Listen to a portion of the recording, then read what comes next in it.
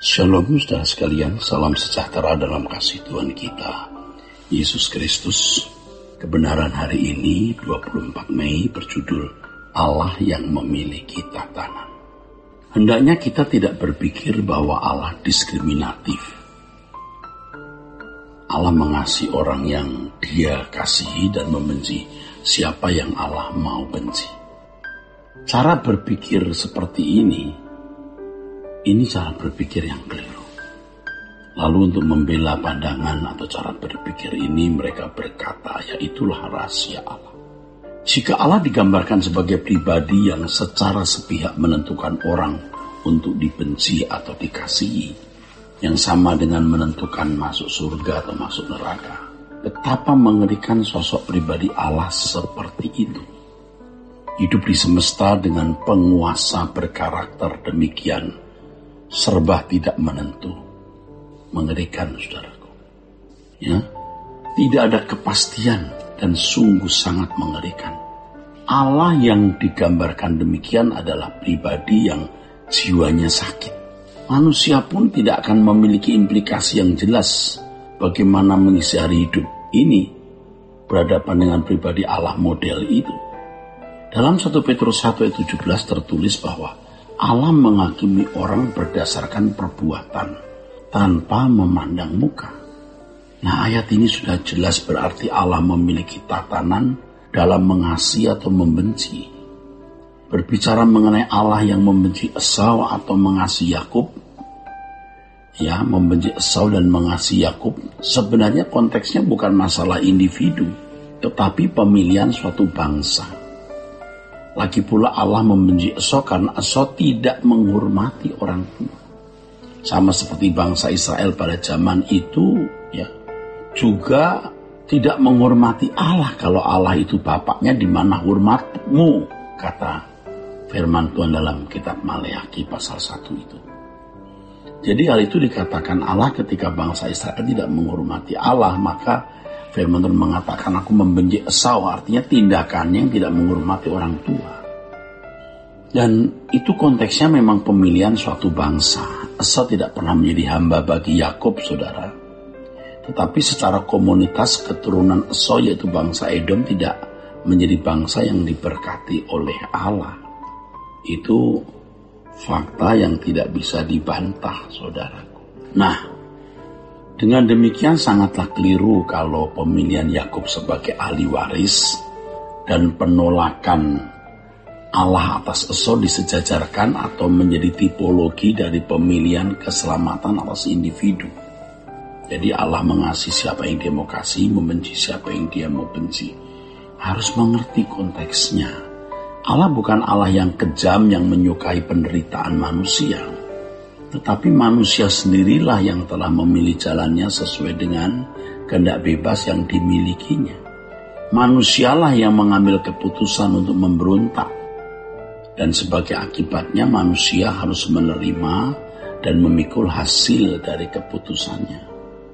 Saudaraku, jika respon seseorang terhadap karya salib salah, maka seperti bangsa Israel yang tewas di padang gurun, banyak orang Kristen yang juga akan tewas dalam perjalanan hidupnya sehingga tidak akan sampai di rumah Bapa. Sebab responnya salah terhadap karya keselamatan Allah atau karunia Allah itu. Itulah sebabnya harus dipahami bahwa untuk diselamatkan harus ada perjuangan masuk jalan sempit. Jadi bukan tanpa alasan kalau suatu hari Allah menolak orang-orang tertentu, ya, karena tidak melakukan kehendak Bapa. Ya. Kebenaran ini membangun logika yang sehat, saudaraku. Ya. Waras, adil, jujur, cerdas, dan memiliki implikasi yang jelas bagi umat pilihan. Bagaimana harus mengisi hari hidupnya. Di dalam Roma pasal 9 ayat 1-3, Paulus mengungkapkan isi hatinya dengan kalimat ini. Aku mengatakan kebenaran dalam Kristus, aku tidak berdusta.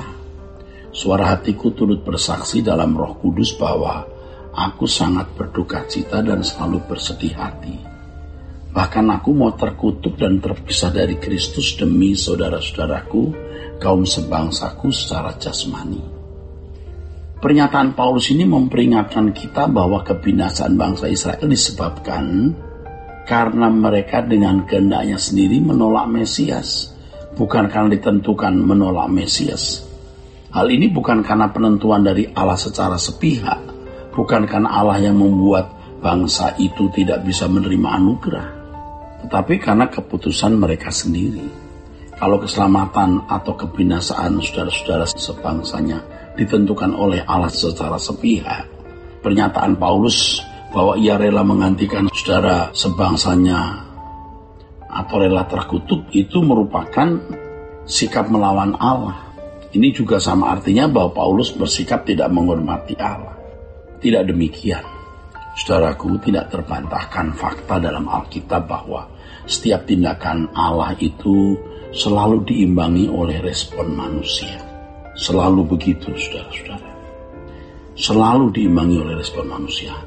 Allah selalu menghendaki, saudara, agar manusia memberikan respon terhadap tindakannya. Pengajaran yang mengatakan bahwa segala sesuatu terjadi dalam hidup manusia ditentukan oleh perasaan Tuhan yang tidak pernah bisa dimengerti manusia. Apakah Tuhan mau mengasihi atau membenci, suka-suka Tuhan? Itu menjadikan hidup ini jadi fatalistik. Hidup menjadi tidak menarik karena tidak ada tantangan. Ya, tidak ada pergumulan dalam arti yang real, sebab manusia hanya menerima saja apa yang ditentukan oleh Allah baginya. Dengan demikian, realita hidup manusia adalah susunan cerita yang telah dikarang oleh seorang penyusun skenario. Tuhan dianggap sebagai sutradara yang menentukan alur cerita kehidupan manusia dari awal hingga akhir. Dan Tuhan menjadi penyebab segala sesuatu yang terjadi dalam hidup manusia. Sehingga dalam hal ini manusia tidak perlu bertanggung jawab. Saudaraku, Alkitab berulang-ulang menegaskan bahwa manusia adalah makhluk yang bertanggung jawab. Manusia harus bertanggung jawab atas setiap tindakannya, dari ucapan, perilaku yang kelihatan sampai sikap batinnya yang tidak terlihat. Firman Allah mengatakan, saudaraku, agar kita mengoreksi diri dengan serius. Kalau jalanku serong, jalan kita serong, itu seperti ucapan pemazmur, bukan? Adalah petunjuk yang sangat jelas bahwa manusia harus memberi respon terhadap panggilan Allah untuk hidup di dalam kebenarannya. Jika manusia hanya menerima nasib atau takdir yang telah dipersiapkan atau ditentukan baginya, adilkah ini? Apakah dengan cara yang sama kita diajar menyelenggarakan keadilan? Manusia adalah gambar Allah. Manusia diajar untuk memiliki keadilan seperti keadilannya, saudara.